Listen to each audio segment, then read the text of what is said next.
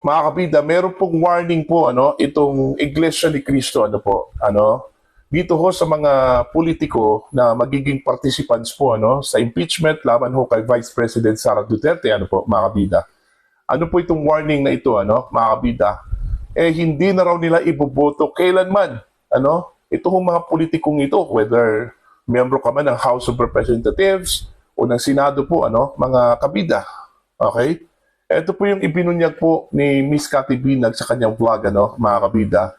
Mula daw sa kanyang reliable source, sa loob mismo ng INC, na hindi na raw iboboto ng INC ang sino mang miyembro ng House at saka ng Senado, pabor dito ho sa impeachment po. Okay? Laban ho kay Vice President Sara Duterte. Kasi nga, yung focus daw ng INC, mga kabida, ayaw ho nila ng impeachment, whether kay BBM man o kay Vice President Sara Duterte, mga kabida. Dahil mas dapat unahin daw yung kapakanan po ng bansa.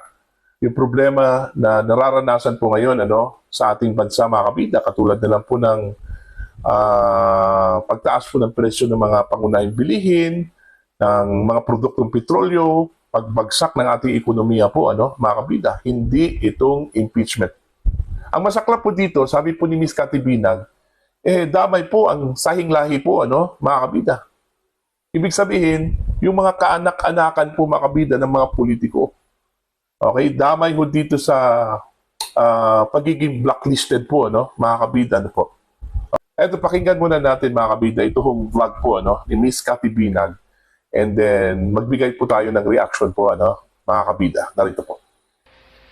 Eto na nga bang sinasabi ko Eto na yun 'Diba? Yung mga hindi nakikinig. Eto na. Meron kasi akong A1 na information na may nagsabi sa akin. Okay? Na dahil sa kagustuhan ng INC na ang iprioridad natin or ng mga leaders natin is kapakanan ng bayan at mga taong naghihirap, 'di ba? Against sila sa impeachment. Whether si BP Sara or si BBM ang i-impeach, ayaw nilang ma-impeach pareho. Kasi ang gusto nilang ma-focus is yung nangyayari sa ating bansa na pagbagsak ng ekonomiya, ang pagtaas ng mga bilihin, ng krudo, ng langis, ng gasolina at diesel.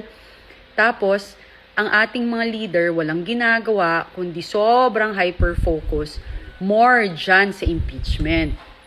Ang balita ko, dyan sa HOR at sa Senate, kung sino man ang bobotong yes for impeachment ay magiging blacklisted na sa INC.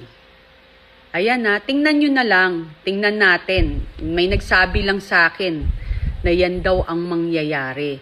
Blacklisted. Kung yung nakaraan, di ba parang napansin nyo, kahit yung may mga bumotong iba, pinatawad pa rin, parang pinagbigyan ng eleksyon. This time, sa inyo dyan, sa House of Representatives at saka sa Senate, tingnan nyo na lang. Kasi ang balita ko, kahit sa pang-apat na salin lahi ninyo, yung apo ng apo nyo, yung anak ninyo, ay hindi na susuportahan o hindi man lang makakatungtong na sa kanilang lugar. Dahil sila ay nakikiusap pero ayaw nyong pakinggan dahil nakita nila na ang prioridad ninyo ay mamulitika kesa ang iprioridad ninyo ay ang para sa bayan. So, nasa sa inyo na yan. Tingnan nyo na lang. Tingnan na lang natin kung ano mangyari. Nasa sa inyo kung you will risk it. Diba? Nasa inyo na yan. Kung gusto nyong hamunin, diba? Nag-announce naman, simula January, nag-rally, hanggang nung nakaraan lang, may 3 days din silang rally, supposedly. Hindi pa rin kayo nakikinig. So, ayan. Sabi nung aking informante na A1, na hindi mukha na talagang this time, lahat kayo na boboto ng yes dyan, wala nang tsansa. Blacklisted to the core. Kasi you don't listen to the call ng mga tao, yung mga panawagan ng mamamayang Pilipino na ibaba ang kuryente, ibaba ang bilihin, ibaba, tanggalin ng tax, pagaanin ang buhay, pero kayo, busy kayo dyan lahat kung paano pabagsakin si BP Sara. Ayan po. Yan ang sinasabi ko po, ano, mga kabida. Parang minamaliit kasi nila itong pwerso po ng INC, ano. Mantakin nyo, ha. Akala po din siguro, no, itong mga politikong ito na walang power po, walang puwersa ang Iglesia ni Cristo. Subok na yan sa mga nagdaang eleksyon po, ano, mga kabida. Okay? Diba? Subok na yan. Okay? At lalong-lalo na po sa national level, mga kabida, ano po. Okay? Kung totoo man po itong sinabi po ni Miss Cathy Binag, mga kabida, okay, na reliable source yung kanyang informant po dito, ano, yun. Ito yung sinasabi ko po na day of reckoning, ano, okay? Sino man pong bumoto dito ho sa impeachment, pabor, ano, para matanggal si Sara Duterte, mga kabida, yun na yung magiging kapalaran po niya, ano po. No? Lalong-lalo po, kapag siya po ay tatakbo sa national level, magiging senador, mga kabida, yun.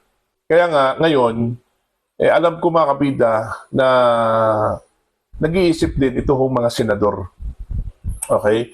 Kung hindi man po nag-iisip itong mga mambabatas dyan sa House of Representatives, kasi ang akala nila, mga kabida, wala hong epekto po yung boto ng Iglesia ni Cristo sa kanilang distrito. Okay? Siguro, mas maliit lang po siguro yung portion ng, anong tawag po dito? Electorate dyan sa kanilang distrito, ano, ng Iglesia ni Cristo, mga kabida. Okay? So, siguro kampante sila, no?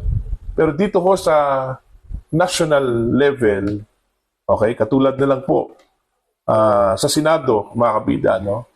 Alam ko, mag-aatubili talaga itong mga miyembro po ng Senate, okay, na bumoto po in favor sa impeachment po ni Vice President Sara Duterte, ano, mga kabida.